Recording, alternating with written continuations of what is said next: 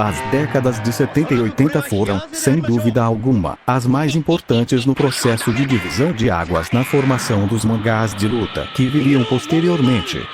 Boa parte dessa época de ouro aconteceu na Shonen Jump, que marcou época com vários mangás famosos do gênero.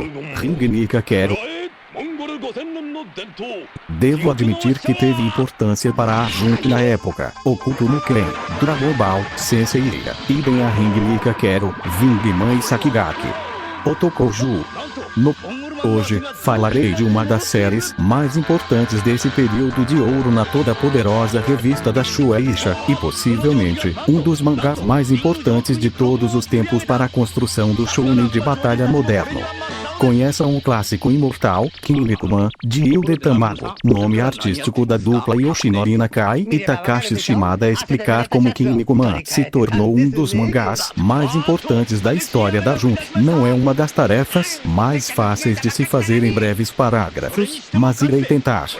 Kinnikuman começa como um simples mangá de comédia, que satirizava os super-heróis da época. Nem os heróis das HQs americanas da Marvel e da DC escapavam das piadas, colocando como o personagem principal da história o nosso herói, Kinnikuman. Kinnikuman é completamente o oposto dos super-heróis convencionais. Ele é fraco, desajeitado, preguiçoso. Em suma, totalmente o oposto dos heróis convencionais, tipo nosso querido Chapolin Colorado. Agora, imaginem se esse cara todo atrapalhado recebe a visita de um ser de outro planeta, que diz que o nosso herói, na verdade é filho da família real do planeta Kiniko, e te leva para que todos tenham conhecimento de que está vivo. É quase como se o Superman voltasse para Krypton para reconquistar o trono, e que ele é o herdeiro do trono do planeta Kiniko. Pois é este o ponto de partida de Kinnikuman para uma coisa que vai muito além de simples paródias a heróis e piadas sobre o assunto, mudando para um mangá cheio de épicas batalhas, bravos guerreiros, muita luta livre e personagens com os mais variados superpoderes.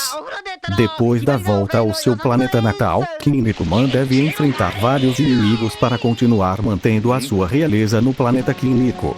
Ufa!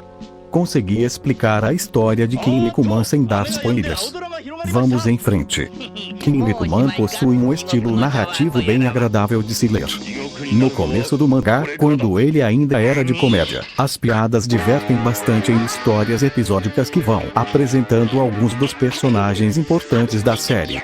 Após em torno de 30 capítulos, o mangá começa a assumir a sua verdadeira forma, transformando-se aos poucos em uma história de luta livre, envolvendo personagens com poderes especiais e com as formas mais variadas possíveis. Há até mesmo um cara em forma de pênico.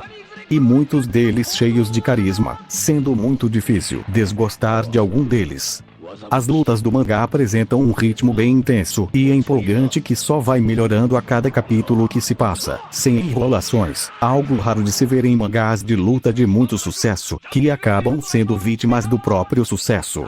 A arte do mangá é bem simples. Nos primeiros capítulos do mangá, ela é bem cartunesca, para se adaptar aos padrões dos mangás de comédia da época, mas depois vai evoluindo bastante, com os personagens tomando proporções mais realistas, no tamanho deles em relação a outros personagens. O traço da dupla Yude Tamago sofre uma constante evolução durante os 10 primeiros volumes da série, onde assume a sua forma definitiva. É curioso notar que a evolução continua mesmo após o término da série, mas em suas sequências, sim, Kinnikuman Zei, cujo anime foi exibido no Brasil sob o nome de Músculo Total, e Kinnikuman Zei, que o Kyoko Shoujin Tagen recentemente concluído. Isso é a prova de que os Yude Tamago evoluíram em sua arte com o passar dos anos, sem perder o charme da série original. Ouviu essa, Masami Kurumada? Desculpem-me os fãs, mas eu não resisti. Um outro detalhe de que quero falar é a extensa lista de personagens. Os personagens são cheios de carisma e, como já disse antes, possuem habilidades das mais variadas, o que certamente dá um belo charme às lutas do mangá, que usam como base a luta livre, tipo aqueles WWE da vida tipo Tiger Mask.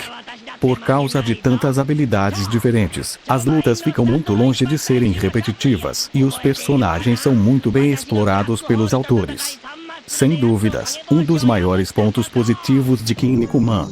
Kinnikuman, como já dito anteriormente, foi um dos mangás mais importantes da história da Shonen Jump, além de ter sido um dos mais importantes nomes para a construção das estruturas usadas nos mangás de luta modernos, ao lado de Hokuto no Ken e Dragon Ball. A série ganhou um anime em 1983, feito pela Toei Animation, com 137 episódios, e outro em 1991, que cobria o arco final do mangá, com 46 episódios. Além da versão animada, vieram duas sequências, já citadas há uns parágrafos atrás, e uma gama de spin-offs, como Tatakai Ramenman, e também o Kinnikuman teve vários jogos, como o do Nintendinho Grand Prix de PS2, outro de PS2, que eu esqueci o nome, e teve também um jogo Mugen feito por fãs chamado de Kinnikuman Muscle Fit, e Kinnikuman teve até crossovers, com outras séries famosas como Koshikami. A fama de Kinnikuman no Japão é tão grande, que em 2009, para comemorar o aniversário de 30 anos da série, houve um grande evento no país para homenagear a série, tendo direito a até mesmo um show de luta livre com atores interpretando os personagens do mangá. Sem dúvidas, Kinnikuman é um mangá que marcou época no Japão, e realmente é digno da fama que possui. Conclusão: Kinnikuman definiu gerações. Um grande clássico da era dourada da Jump, que ajudou em vários aspectos a revolucionar os mangás shonen, que viriam a tomar a forma de como os conhecemos hoje.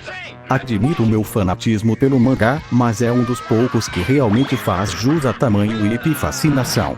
Kinnikuman começa como uma divertida comédia que de repente se transforma no épico mangá de batalha com lutas sensacionais e personagens marcantes.